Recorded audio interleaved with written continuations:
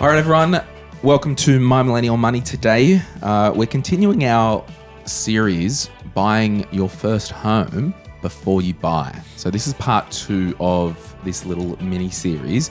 The first episode, we covered finance and strategy, and we kind of went deep in that.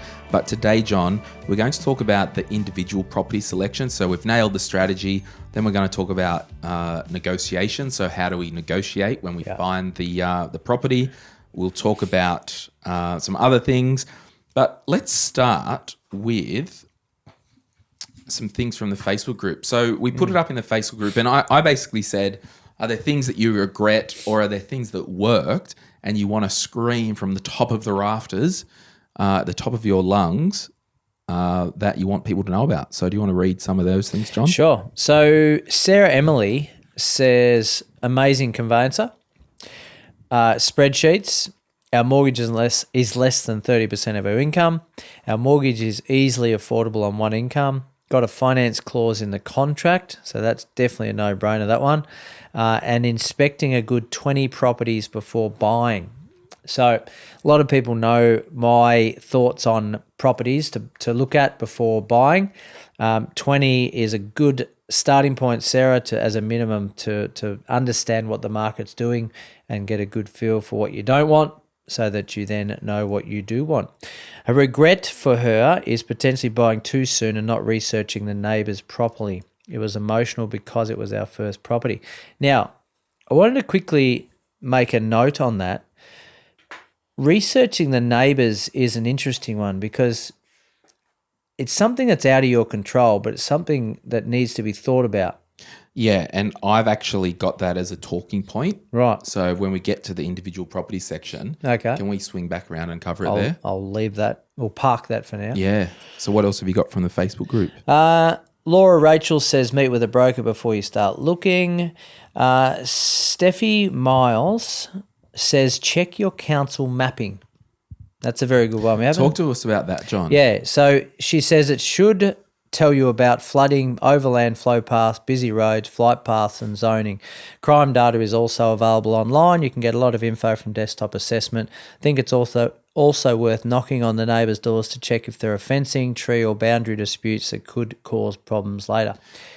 So, yeah, we do a hell of a lot of council mapping in our own research, right? But it is a timely exercise. So if you dig deep into that area that you're buying, then 100% it's a great way to look at the do's and don'ts in those particular areas. So my conveyancer, who's done all my properties, Yep. And her name's Linda Gulliver at Aubrey Brown Solicitors in Tuggerah. Yes. Reach out if you want a gun conveyancer. You need to call Linda. Yeah. It's funny. A good conveyancer should check all that, because I know when I bought my properties, she checked to make sure there was not a freaking big train station going to get built next door. She checked whether there's a big coal seam underneath and whether they're putting a coal loader next door. Yeah. So am I correct to say a good conveyancer would nail that stuff? They would nail the big ticket items, but I don't think they would go as deep as the research you would do yourself. As an example? So look, Steffi's mentioned busy roads. Sure. They won't look at that. Yeah. Right. Flight paths, maybe. Zoning, definitely. Overland flow paths, probably. Flooding, definitely. Yeah. But again, it speaks to the team of people. The conveyancers are good, bad and ugly, aren't they? I mean, like where we live, so for example, Central Coast Highway down there at Foresters Beach, Yeah.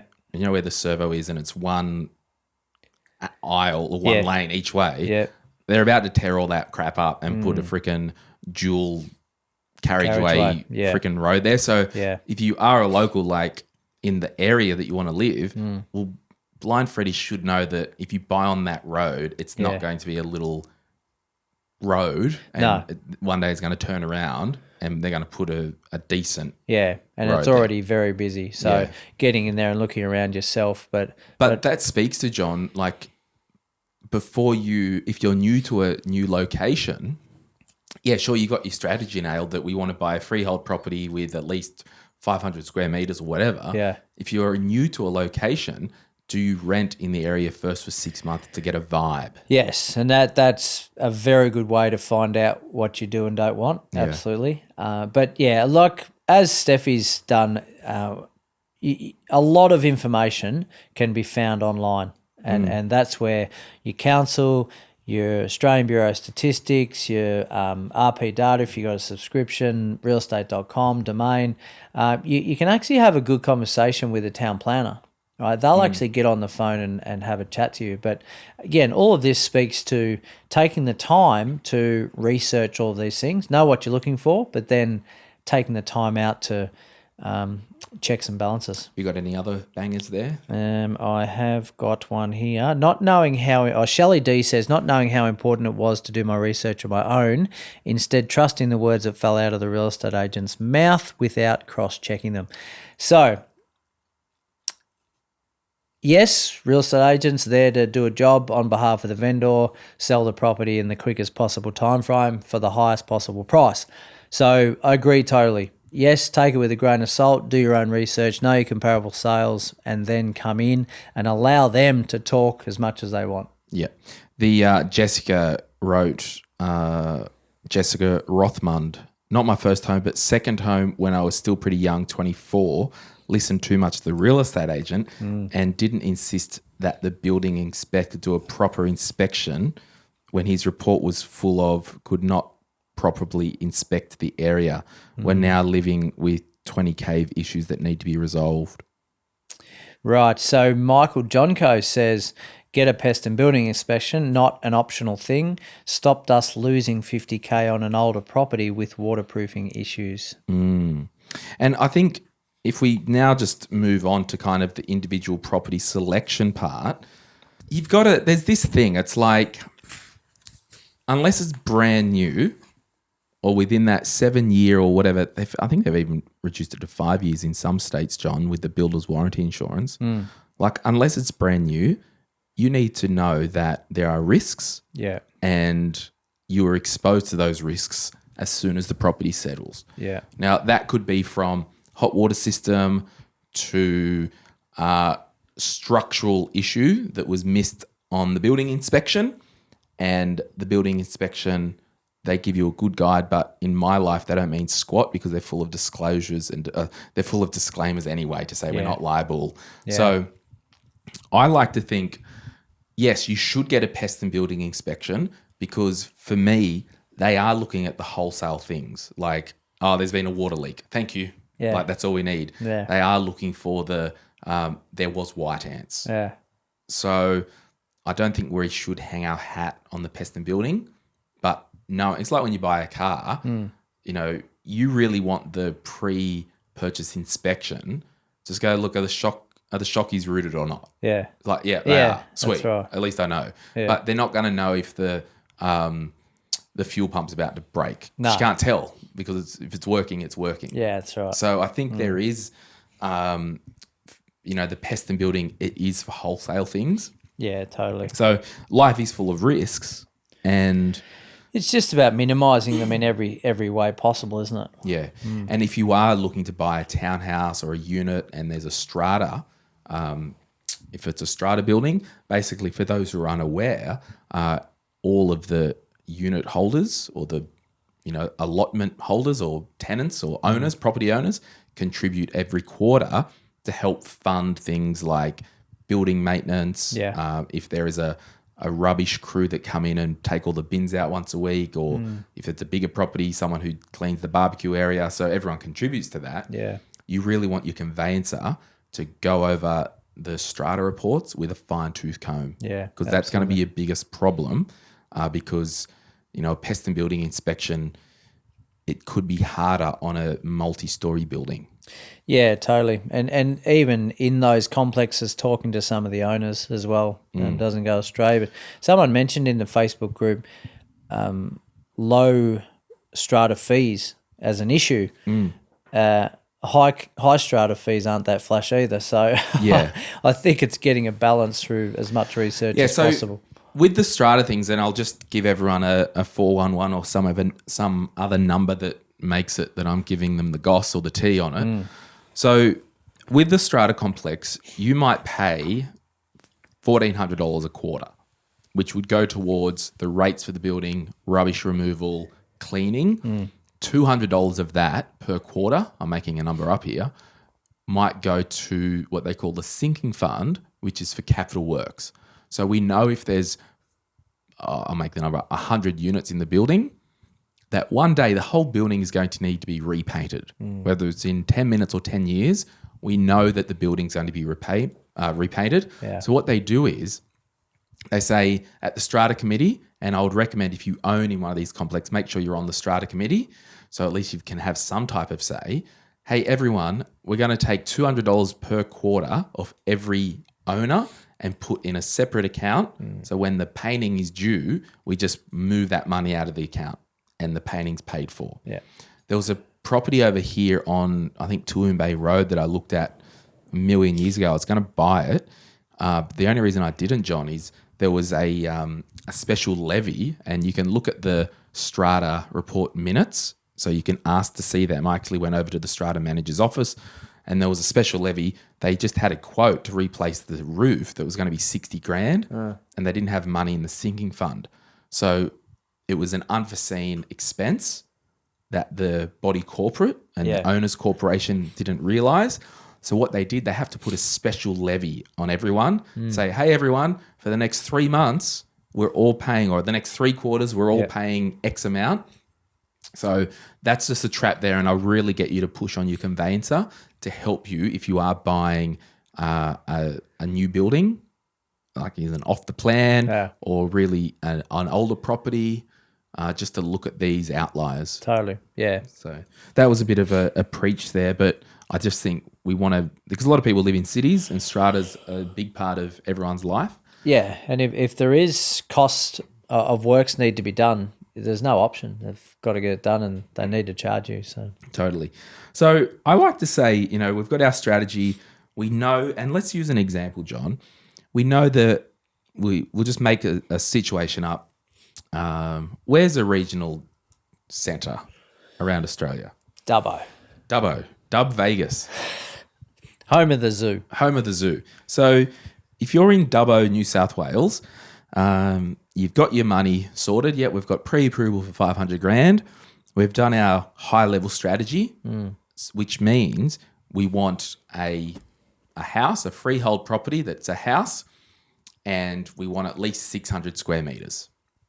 Okay? Yep. We don't really want it to be a corner block. We don't really want to worry about room for a granny flat or whatever. Yep. So we just want a 600 square metre freehold house. 2 bedroom. 3 bedroom, 2 bath, or whatever that is. Yeah. So we're in Dub Vegas.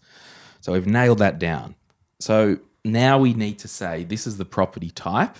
We need to go shopping and still try and do this without emotion. I mean, a bit of emotion's good because, we want to live in there and enjoy this because your first home, it's an enjoyable time. And there's just no greater rush than, that day you get the keys and you walk in and it's empty. I remember, at the time, my girlfriend at the time, we had pizza and ate it on the floor. Yeah. You know what I mean? So it's exciting. Yeah. To have pizza on the floor. Yeah. Yeah. Yeah. So, I think generally people look at their price point, don't they? Say, well, if it is Dubbo, what's 500 grand going to get me? And they'll look at a short list on realestate.com or Domain and say, I can get a three bedroom brand new townhouse for 500 grand, or I can get a 2 bedroom house on a large block, or I can get a 3 bedroom good house on a small block, right? So maybe they might be the 3 options. So that's then usually where emotion kicks in and logic can remain anonymous. And this is where I think it's just so important, and that's why I kind of use the example that the couple of things I want to talk about, we've gone through the strategy part and all the emotion should be almost filtered out because we've agreed that we want a house 3 better-ish on a block. Yeah. So it's not this, we strolled into a townhouse, Yeah. and we're just so in love with it because of whatever reason. No, it's like no. no. Yeah. Before we start to fall in love with properties, we've decided that we don't want a townhouse. Yeah, and you're right, that's fine. But so many potential purchasers out there stay or get off the railway line and say, oh, that townhouse actually, I can make that work. Confirmation bias kicks in and says that's nice and glossy. And there could be a property that takes you by surprise, but you just want to make sure that it's not a regret. No, that's right. And that's why I said it's just so important to nail the strategy. Yeah. And again, that will maybe come apparent with your finance pre-approval. So I kind of, to really get pragmatic, this is what I like to do. And there are some, I think I did a podcast interview with somebody, and all these reasons, it was the reasons not to buy because it's kind of getting emotional and petty. Yeah. But I would challenge that because, as an example, write down a list of shat in your current place that you can't stand. So if you were living in a 1920s pre-war bloody house and 3 of the rooms, the old windows don't open because it's that bloody old, you want to make sure that when you buy a new house, that little thing doesn't piss you off. Yeah. Because you just were putting up with it as a rental. Yeah. So on your list of things that shat you to tears, if it's the windows, check all the windows. You should do it anyway. You know what I mean? So just find those things that really piss you off where you're renting at the moment. Yeah. Because from an emotional point of view, it's like I lived on a main road when I rented before I moved here. It's like if I moved in here and then realised that there was road noise, I'd probably have an aneurysm. Yeah. No, true. But I'd challenge that a little bit and going back to location versus dwelling. Like if you had a superior location but the windows weren't working versus an inferior location with a smick set of windows, which one would you choose?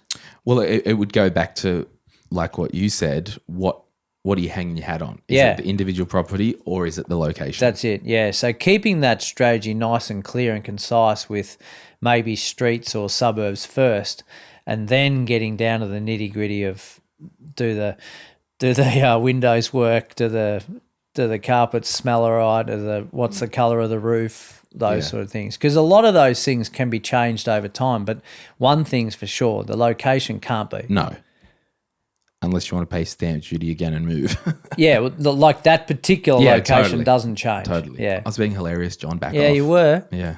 So, weird. But I still think as a general exercise, and there'll be personality types out there that get my vibe, and there's plenty who don't. But, what shats you to tears? Yeah. Because you just don't want to, and that's the trade-off. It's like, I guess my next kind of point, and again, you'll obviously correct me if I'm wrong, John, write down and agree on with your partner, if there's, 2 of you, what are the absolute non-negotiables? And then write down what would be nice but no big deal. Yeah. So absolute non-negotiables, we are not living on a main road. Yeah. Not even going to look at it. Yeah. You might just for some research to see, okay, well, this is a piece of crap on a main road and it's X amount. Yeah. The one in the back street's a bit more premium. Yeah, we can get why it's a bit more of a premium price. But I really think you need to nail your non-negotiables. Yeah. And that could be, we want to start a family one day. We can't be bothered renovating. So there needs to be an ensuite. And I think a lot of those non-negotiables will come back to highest and best use of money that we've got. Yep. So not buying on a busy road, that's a macro indicator that we should avoid anyway. Yeah. Right. Irregular shaped block, flooding issues, major slope, all those things are a wealth creation deterrents. So, but they're also human decision makers that play into your emotions. Aren't they? What if someone's got a non-negotiable of windows that don't open properly? Hopefully their partner's a carpenter. So, because we're talking really about the individual selection here. Yeah. So, if someone finds a property and the non-negotiable is, no, we actually want an ensuite, do you then go down the rabbit hole of, oh, everything else works. If we can get this 20 grand off, we'll renovate the bastard and put an ensuite in or extend. Like, Yeah. I don't know, because my personality isn't a fixer-upper type guy. No, and I was just going to say, and I wasn't going to say that was what you were, but you can. The checklist, how many green ticks, how many red crosses are we getting when we put 5 houses together? And that's probably what it comes down to. And having the ability to think, well, yeah, I can put an ensuite on, or we can do that in a few years' time. We don't need it yet. We're going to have maybe 2 kids. We'll maybe need another bedroom at some stage. Can we add that on? But again, I hate repeating myself, but it goes back to strategy. We want to fixer-upper because we just want to do that on the weekends. Yeah. And awesome. Yeah. That kind of just means that you've probably got more options because it's an old shack. But within the fixer-upper, what's the non-negotiables that we need? And is that external sideways access because we want to do the granny flat later? Yeah, that's right. So I don't know. I just really want to use these type of podcasts, like any episodes that we do, just to get juices flowing for people because I listen to podcasts all the time and they're talking about stuff and I want to jump in through the speakers and go, oh, you didn't mention this. Yeah. But no, we didn't mention that because we're using this for you to think of. Yeah. And look, again, location, dwelling, it all comes back to personal choice and having that long-term view. Now, let's talk about some other soft things. So you said, we can't choose the location, as in we can't change the location. We can change the windows, we can't change the location. I did write, knock on the door of the neighbours, are they crackheads? And ask if they like living there. Yeah.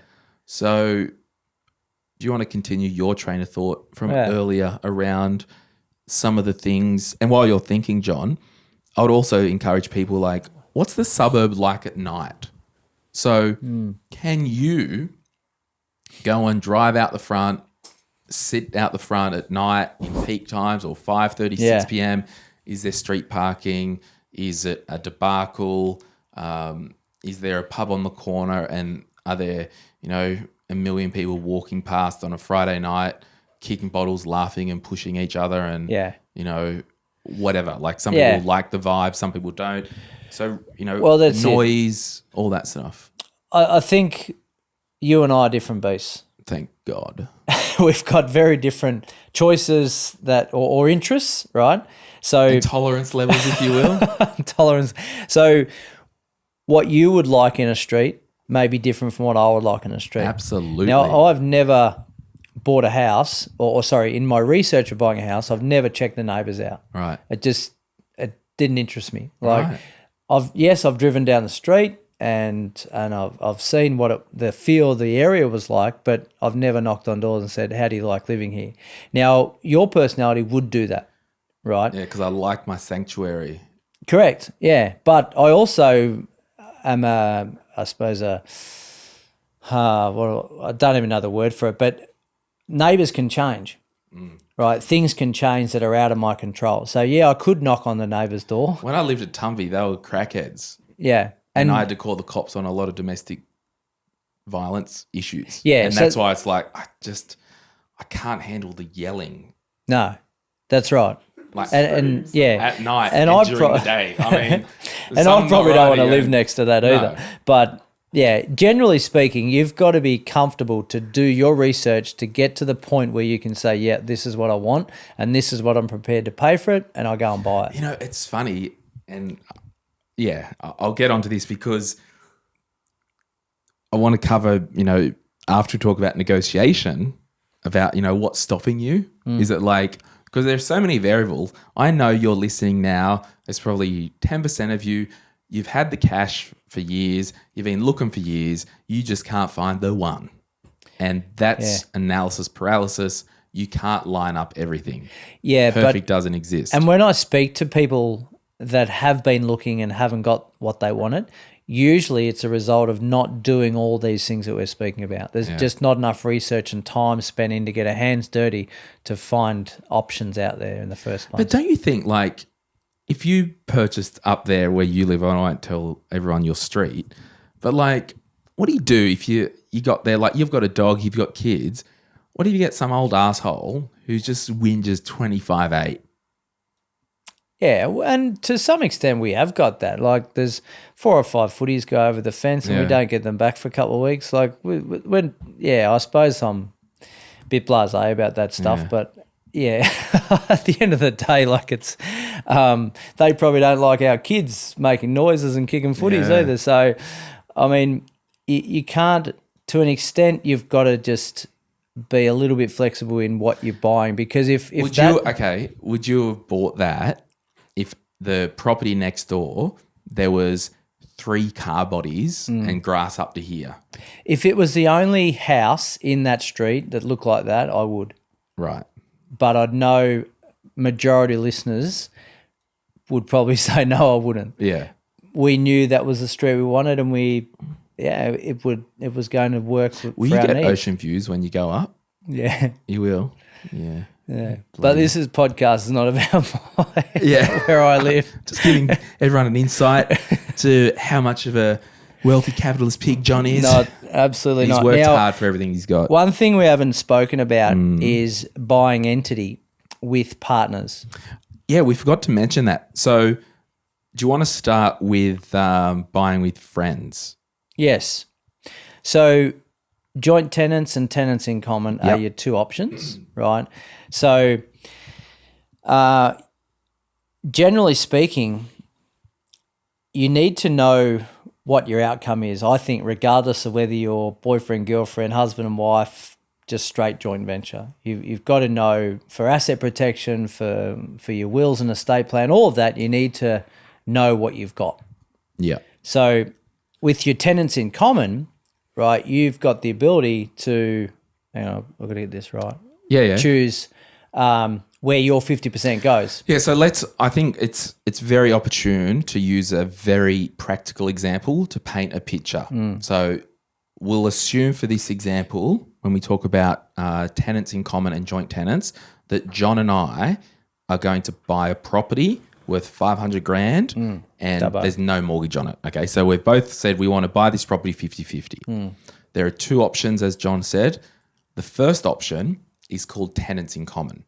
So what that means is John buys 50%, I buy 50%. We've both got a share of 250 grand, but on the title of the property, it's tenants in common. So that means if I was to die prematurely, John still owns his half, but the other half is owned by my estate. Now, at some point, the estate will need to be wound up. Yeah. So the property will either need to be sold completely if John can't buy my half out at market rates at the time. So that style is usually used if you are buying with friends. It could be a second marriage. It could be a de facto relationship if one partner's got kids already. And it doesn't need to be 50-50. It can be whatever split that it needs to be. Yeah. If one, and again, it kind of is going beyond the scope of first home buying, but particularly ordinarily, if it is a couple who are in a romantic relationship for the long term, ordinarily, you'd probably say as a rule of thumb, if as a couple that's married, it would be joint tenants. So if John and I were married and this same property was joint tenants, if I was to die, the half that I own does not go to my estate. It instantly goes to John. Yes, yeah. Now, and that's where a good conveyancer / lawyer comes into play, because we've actually got a property tenants in common, Amy and I. Right. Because of asset protection. Yeah. Right. So that's another element of it. Now, if you're listening here saying, well, I'm just buying property on my own, the last 3 minutes has been a waste of time for you, but it's good to know. Possibly the last 200 episodes over the last 3 years have been a waste of time, but whatever, we're here now. But yeah, you've just got to know that it will default if you don't announce it. So that's where your conveyancer should be talking you through that. Yeah. So if you were buying with a best friend or a related party, my motherhood statement would be get advice, and I'd probably make the comment that most advice that you would be given would be to hold the property in tenants in common. So just on that, so you're buying with a friend, you've both got a good income, you both put 20 grand into the property, so there's a 40 grand deposit.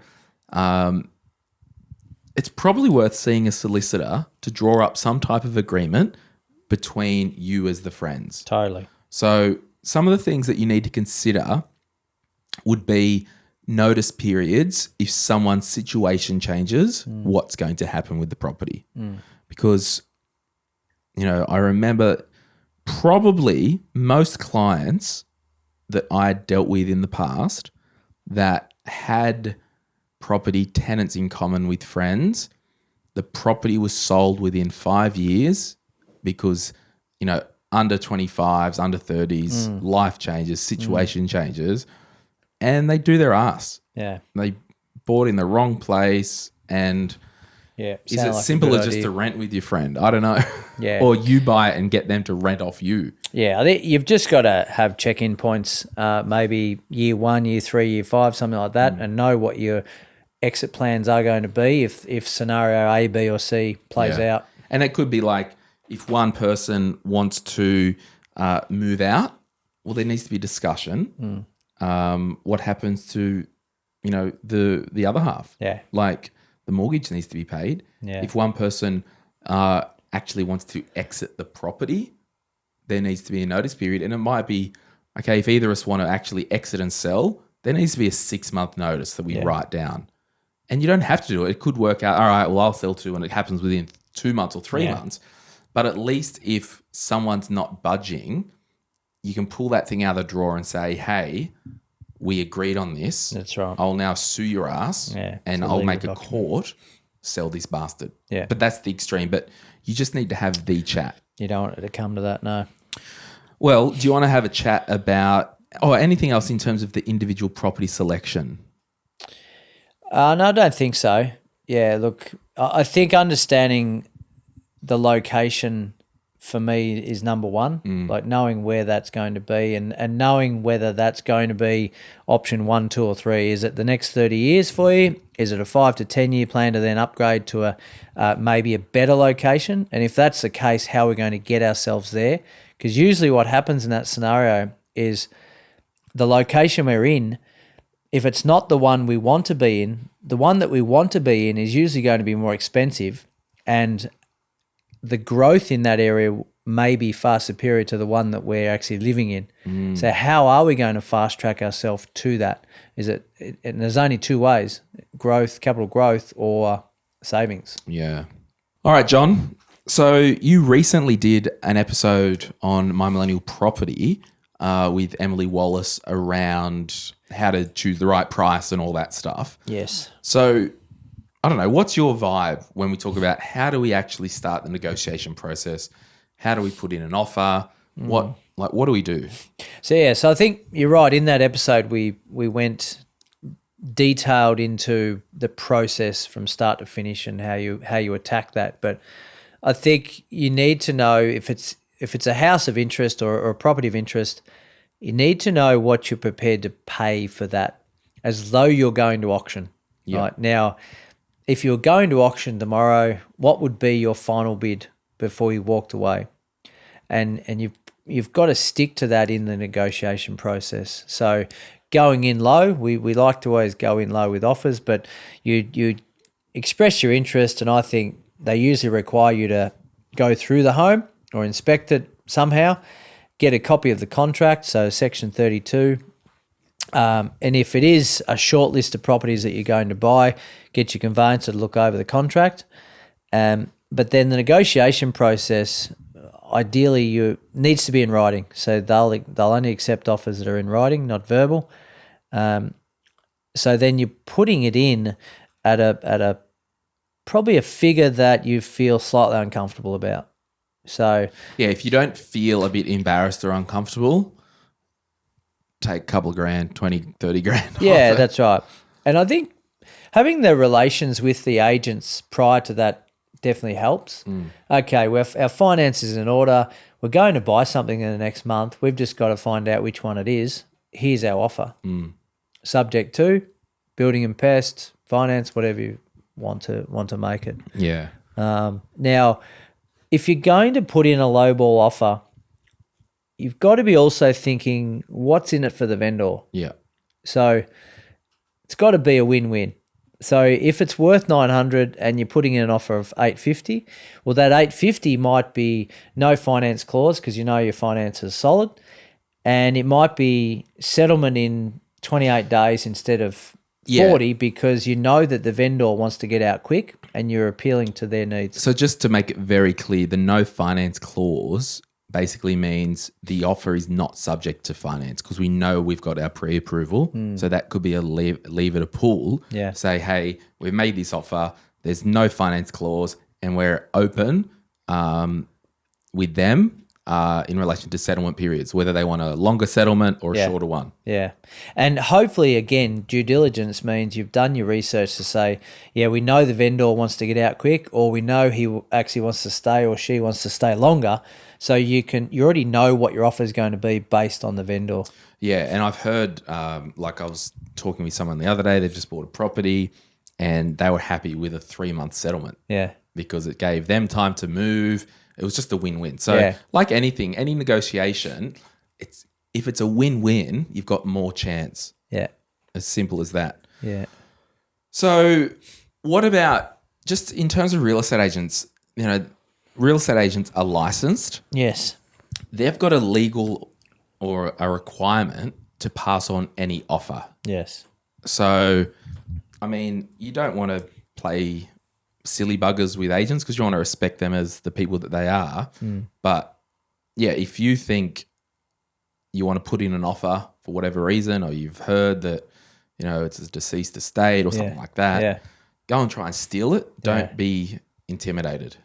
No, that's right. And like we've been dealing in a couple of areas for the last 6 to 12 months or longer, and having good relationships with agents is critical. Yeah. I think telling them your story does definitely help them or helps you, because it gives you an understanding where the agent can actually help you out at the same time as the vendor, the genuine ones any case. Whereas a lot of people go in with their backup. It's like, I go through an open home and I don't talk to the agent and I don't want to give them my details. Like I actually try to do the opposite. Yeah. Well, it's just you're dealing with humans and, if you're an asshole, people are going to be wanting to deal with you less.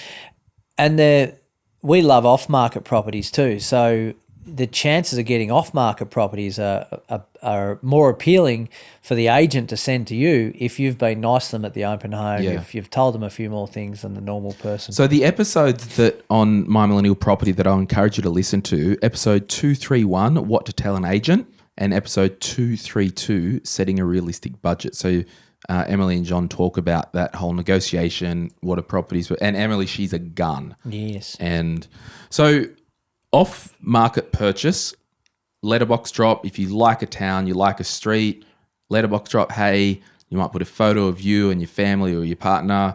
We want to buy in this area if you are interested. Yeah. Would you want to have a chat with us? Would prefer just to not go through agents? Is that the type of vibe you would do? Yeah, we've had some interesting responses to those letterbox drops over time, but be prepared to do it because not a lot will do it. So, off-market properties come in different forms, but generally speaking, the direct to vendor who owns that particular property is one, and the second one is a vendor may have approached the agent. The agent says, well, I don't want to list this property yet. If I can get a quick sale knowing that you're interested in something because you've given us your brief already, then that can happen before it even goes to market. And also, it'd be, I guess, remiss of me not to mention, if the shoe fits, definitely check out a buyer's agent. Yeah. Like if you are time poor, if you need to outsource that part and you've got your strategy nailed. Yeah, that's right. So you've got your cash.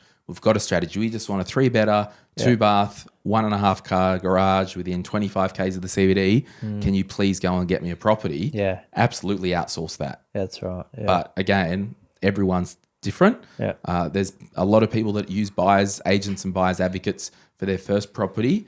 A lot of people can't because they're just not at that price point. But if in doubt, chat with a buyer's agent. Yeah, have a conversation. Reach out to John. He's got some contacts. If you want, we've got contacts. Emily Wallace is in Melbourne, East is it East Melbourne she is or the South? I don't know. Southeast basically. Southeast, Yeah. And I haven't really announced this, but John's podcast, My Millennial Property, I'm actually going to stop doing that, and Emily's going to take my space. Oh, really? I didn't know that. Yeah. Yeah. When were you going to tell me that? Tomorrow. Yeah, I was just over doing that like another podcast. Yeah. But she's more switched on than me anyway when it comes to property. Yeah, so it's right. better value for the community. So the last thing I want to finish on, and we'll read some more statements from the Facebook group, and I'll just put this section under other. Can you block out negative talk from your life? So are you around family members? Oh, you shouldn't do that because of this, or oh, be careful, or Yeah. So it's either the people in your life, they're scared because they don't understand. They don't understand that you've got a really cracking income, you've got a really cracking deposit. They're just giving advice based on their situation and their fears, not yours. Yeah. So you need to be around people who are for you and will encourage you. Yeah. And if that means jumping the Facebook group, posting up, hey guys, we're looking for a property, any tips? Like get some community engagement. If that means chatting to John, $300, clarity call, talk to John for 45 minutes. I don't know, John, I'm just making this up now, but you could say to John, hey, can I do 3 clarity calls over the next 3 months and help me kind of get this property? If you don't have anyone in your world, I'm sure you'll do a package deal because he's commercial like that, won't you, Johnny boy? Well, I am now. No? I was kicking his feet. Yeah. And then I would probably finish with, what is stopping you? So a couple of hardline things that will stop you would be the money, or you can't get a parental guarantor. So you physically can't borrow money to buy property. Yeah. So that can be fixed over time. Yeah. Another thing that might stop you could be fear, which can be fixed in a shorter period of time if you lean in and start to learn. Do John's Solvair Property Academy. Do a clarity call. Get some information. Get help. The fear will go if you have data and information and understanding. Yeah. And I We think, fear what we don't understand. well, the fear of something that is also out of our control.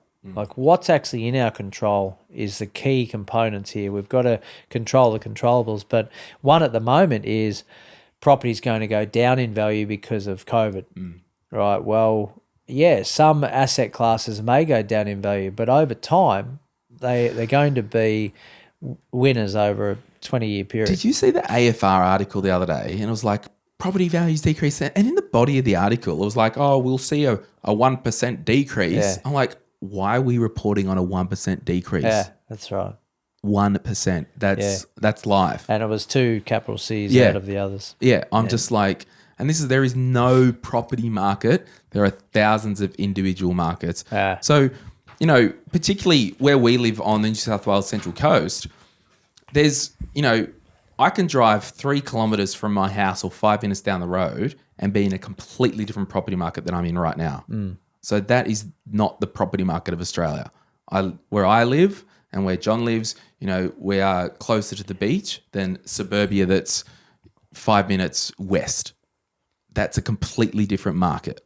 So you just can't think there is one market. And then I just would really say, if there is analysis paralysis, I think you need to get out of your own echo chamber, talk with somebody else. But first and foremost, what is stopping you and your partner? Identify it, focus on it, and fix it. So going back to that, there was one in the AFR on the weekend. Yeah. Headline, investors trapped with apartments they can't sell. Yeah. Right. That's the one I read. Was it? Yeah. I read a couple, but that was one of them. So here, unit prices declined 1.2% in the same period. Piss off. 1%. Don't even talk to me. That's clickbaity, AFR. Yeah. Who wrote that? No, don't say it. I know a journo there and I was going to give him a cheeky spray. But nah, it's fair. No, but why are we writing an article on a 1%? Well, that's media, isn't it? A 1% is going to happen, COVID or not. But did it make you and I click through? Yeah, just because I'm bloody curious of what they're crapping on about. Yeah, that's right. But it made 2 of us click through. If the headline said unit prices drop 1.2%, I wouldn't have clicked on it. No. because you're like, that's rubbish. It's clickbait. All right, let's finish up, Johnny, because I've got to go. Yeah, but you Daniel said a win for him was having extra money for painting, moving, and essential work before moving in. He just kind of wants to note that it's not 5% in fees, like moving costs and stuff. Yeah. So again, if you're buying an old 1920s pre-war shack, probably going to have to spend a couple of dollars on it. Just saying. Yeah. And his regret was not buying sooner. Nat said, start saving early, even before buying a house is on the cards. When you get your first job, set up your accounts and get into that habit early. Speak to a broker or a few first up to see what you're entitled to, borrowing power, etc. Find someone you know and trust and gel with. Ask all the questions. Don't be money hungry with what the broker/bank tells you what you can borrow. Factor in interest rate. So there's a lot of just stuff there that she's echoing what we've said. Stuart kind of goes back to what John was saying earlier or last episode. Read the local environmental plan, understand it. Find as much details from council as possible. Sean says, understand your real financial position. And I cut the rest off, so sorry, Sean. Alicia said, make sure you have a solicitor you're happy with before you start seriously hunting. I found my dream property before I found the solicitor, and it added a lot of unnecessary stress to buying process. So, yeah, I don't know. I would definitely make sure you've got a good conveyancer in your corner that you can call on, because once you're in serious hunting mode, it's not the time to be scrambling to look for a conveyancer or solicitor. One thing on that, it happens a little bit, especially if we're looking hard and deep with multiple properties up our sleeve. We may need the conveyancer to look over more than one contract. Totally. So just say to them from the beginning, I'm going to be sending you a few. Yeah, what's the deal with this? And do you charge, so this is legitimate as well. Some conveyancers might go, yeah, we charge $1,200. I'm making up a number. Don't quote me or hold me to it. We charge $1,200, but if you want to send through 3 or 4 contracts, we'll look at them for you. Yeah, but best to say that up front. Totally. And then what else with the conveyancer? If you are going to auction, you're going to have to do a pest and building and conveyance each property, even if you don't win. Yeah. Aren't you? Yeah. Well, you need to have a conveyancer in the state or registered in the state that you're purchasing in. Yeah. And you would have a building and pest non-negotiable every time anyway. Yeah. You can purchase the building and pest off someone when you're potentially going to auction, off the vendor, sorry. Now, that's cool. It's reduced price because it's already done once. Personally, I would still like to go and get my own. Another thing that I wrote in the individual stock selection type stock, and I mean stock as in housing stock, the individual selection, like you've got arms, legs and eyes. Yeah. If you can, if you're honing in on one, look under the sinks, look in the wet areas, look in the lawn, and you're going to do it, but just really look, is there water? Is there mold? What I like to do always is organise an inspection, if you are serious, with the agent, with no one else there. Mm-hmm. And particularly if the building has been empty for a while, meet the agent there, make sure you're early so you can go in and you get a good sniff of it before they open all the windows and all that. Because if there's 3 bodies buried underneath, that's a problem. You need to know all the stuff. Absolutely. And if that means using all your senses, can you take a stepladder? Or if you can't, take your father or your brother or your mother or your aunt, take someone with a stepladder and a torch, pop the manhole cover, look into the ceiling space. Have a whiff. Have a whiff. Because realistically, if it quacks like a duck and talks like a duck, it probably walks like a duck or whatever that saying is. Yeah, and if you are looking at doing extensions, renovations, whatever, take your builder. Yeah. So anyway, we could talk for hours on this. Good chat. And we will continue the episode that we'll do in the coming weeks. I don't know if it's going to line up with Super September that we're doing, but we'll get another episode to you very soon on what to do once you've settled, about spending, about renovating, about property, like buying shat and decorating with shat, painting, all that stuff. Just shat. But thank you so much for listening to our podcast. And if you listen on Apple and you haven't already, please open the podcast app now because it's about to stop the episode and you're going to have to press stop anyway. Can you please, if you haven't already and you like what we're doing, give us a 5-star and write some nice words. Hey, if you want to trash us in the comments, but still give us 5-star. Don't mess with our algorithm, please. But it's been real. Thanks, John. Yep. Thanks, Nathan, Thank you, for the Glenn. studio here. Thank you, Nathan. And we'll chat to you guys soon. Hooroo. Bye.